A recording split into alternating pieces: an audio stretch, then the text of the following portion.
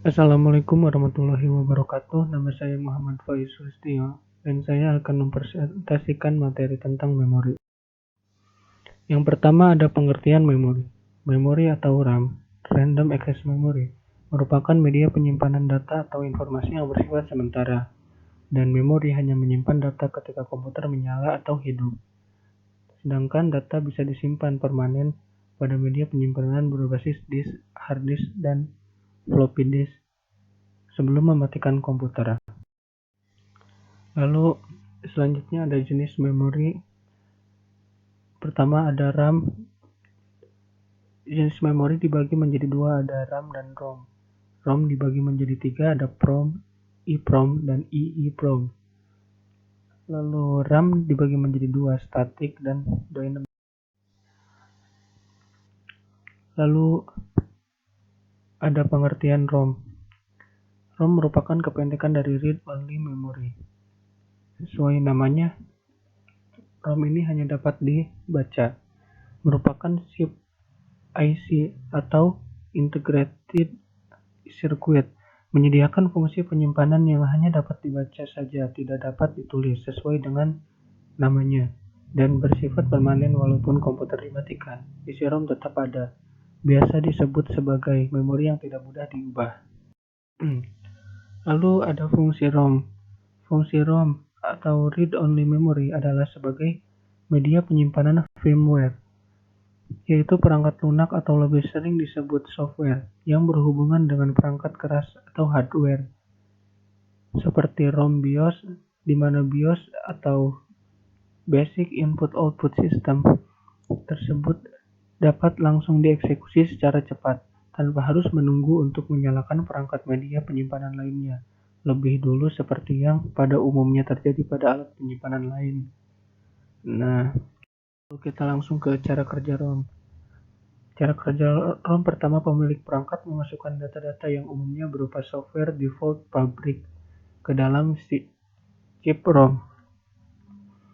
Kemudian data dalam ROM akan disimpan secara permanen dan tidak dapat dihapus menjadi output device.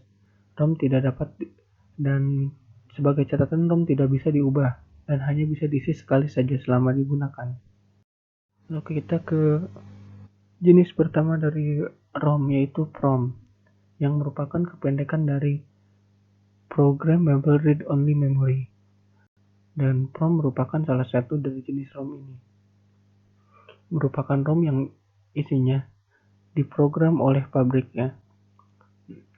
Jadi si ROM ini semua isinya di dalamnya itu diprogram oleh pabrik yang membuatnya, dan merupakan memori yang hanya bisa dibaca isinya, yang artinya tidak dapat dihapus atau ditulis oleh kita.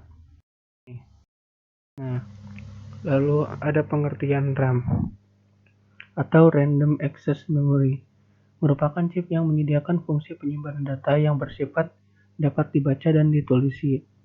Nah, perbedaannya dengan ROM, kalau RAM ini bersifat dapat dibaca dan ditulis, sedangkan ROM itu tidak bisa dibaca, tidak bisa ditulis, hanya dapat dibaca.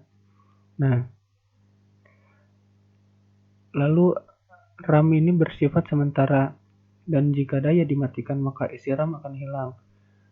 Dan itu merupakan perbedaan yang sangat jelas antara RAM dan ROM. Kalau ROM itu bersifat permanen, walaupun dayanya dimatikan maka isi RAM tidak akan hilang, tetapi kalau RAM bersifat sementara, jika daya dimatikan maka isi RAM akan hilang.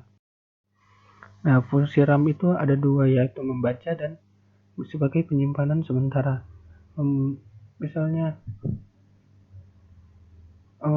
RAM ini dapat membantu ketika kita akan membaca data-data yang berada di hard disk, dan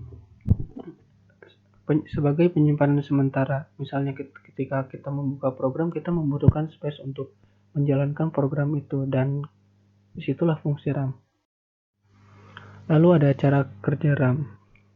Pada saat komputer pertama kali dihidupkan, prosesor akan membutuhkan data yang juga tersimpan dalam storage atau untuk dapat diproses. Pada sementara itu, Hard disk sebagai tempat penyimpanan data yang tidak akan mampu untuk dapat melayani permintaan pengiriman data dengan kecepatan yang tinggi. Hal ini dikarenakan teknologi yang sering digunakan pada prosesor dan hard disk sangat berbeda. Prosesor dengan teknologi digital murni, sementara hard disk akan menggunakan mekanisme digital. Hal ini menjadi masalah dan akan mengakibatkan bottleneck yang sangat parah lalu sehingga dibutuhkan komponen lain untuk menjembatani keduanya, yakni dengan menambahkan komponen RAM. Jadi RAM ini untuk sebagai perantara antara hard disk sebagai penyimpanan dan program yang akan dijalankan. Static menggunakan flip-flop, sedangkan dynamic RAM ini sel-selnya menggunakan kapasitor. Jadi datanya tidak stabil dan dinamis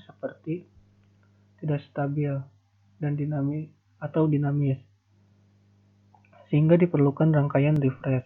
Nah, lalu kepadatan komponennya tinggi atau berkapasitas besar, dan ini lebih murah dibandingkan static RAM.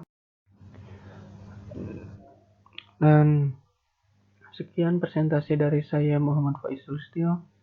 Terima kasih atas perhatiannya, dan wassalamualaikum warahmatullahi wabarakatuh.